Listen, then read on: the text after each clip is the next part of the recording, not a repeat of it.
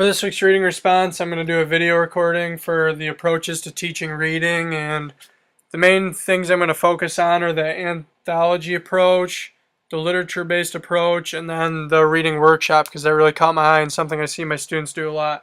But the anthology program is a comprehensive program for teaching reading that includes readers' gradual increase in difficulty, teachers' manuals, workbooks, and assessment measures. And this seems to be highlighted in a big way in our textbook, but as you continue reading, there doesn't seem to be as many advantages. It says the only main advantage is an increase in difficulty, offers students a steady progression from emergent literacy through a 6th grade reading level. And the difficulty piece is good, but as you get into the disadvantages, which I'll highlight in a second, it doesn't seem like as good of an approach as the literature-based approach, which is something that I'm pretty sure I talked to my teacher about and highlighted throughout the year. When I discuss with my teacher, I see the kids doing Daily 5 all the time, and she's always talking about the different reading levels of her students and what it's so difficult, and I think it goes along with this anthology approach because she has to read informational textbooks to her children, she says, and each one of them are at a different reading level, so she has them in groups for the reading level.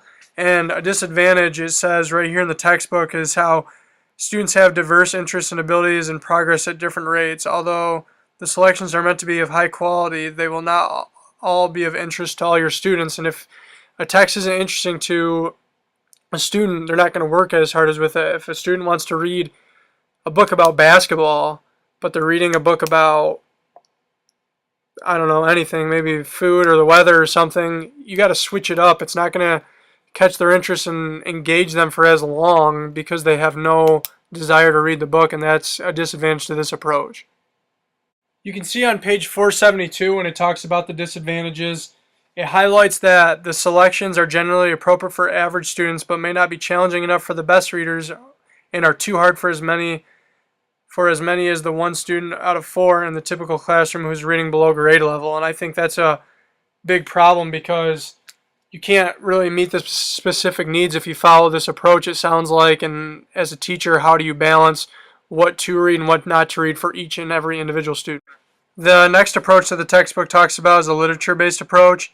And this, to me, this seems like a really great approach. Obviously, I haven't had my own classroom, but it's something that we learn in our 348 where the teacher independently or with other teachers for that grade level can choose books with their students in mind, and the reading material is tailored to students' interests and needs, and it can be organized in a variety of ways.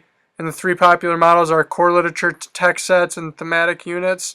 And this to me just seems like a really good approach because it's like we talk about even in our DI assignment, we want to get to know our students. We talk about it all the time in 301, 348 of getting to know our students, what they like to make reading interesting, and from there you can gradually increase the difficulty of a text and tailor it to that, just like in our STAIR assessment for reading. So this approach seems like it's a effective approach to engage students in reading and make it interesting for them at first.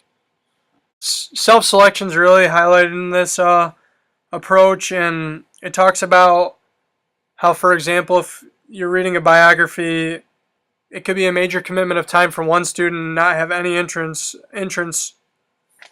to the student. So students will be more willing to put forth the necessary effort if they enjoy the book and have some say in its selection. And I use this book right here, When the Bee Was Born, because I chose this selection in my 348 class for a book I feel like students in this day and age would really connect to. It's not anything bad. It's just about a fun book about music and the steps this guy takes to become a DJ. And maybe some students will find interest to it and some won't. So it's important to build that learning. And the last approach or thing I want to talk about is reading workshop. And this is something that I've noticed in my class during Daily 5, which is why I have this picture here, and you can see it says having a conference with the teacher. And I talked to my teacher a little bit about this because she actually had me do the steps to learn how to help guide and instruct students and help them along as they read. And she said this is a very beneficial time, but it's also kind of difficult in her setting right now because she has to follow these informational texts. And each student is kind of at their own reading level, but there isn't enough time to do each student individually. So she has them paired up in groups by their reading level.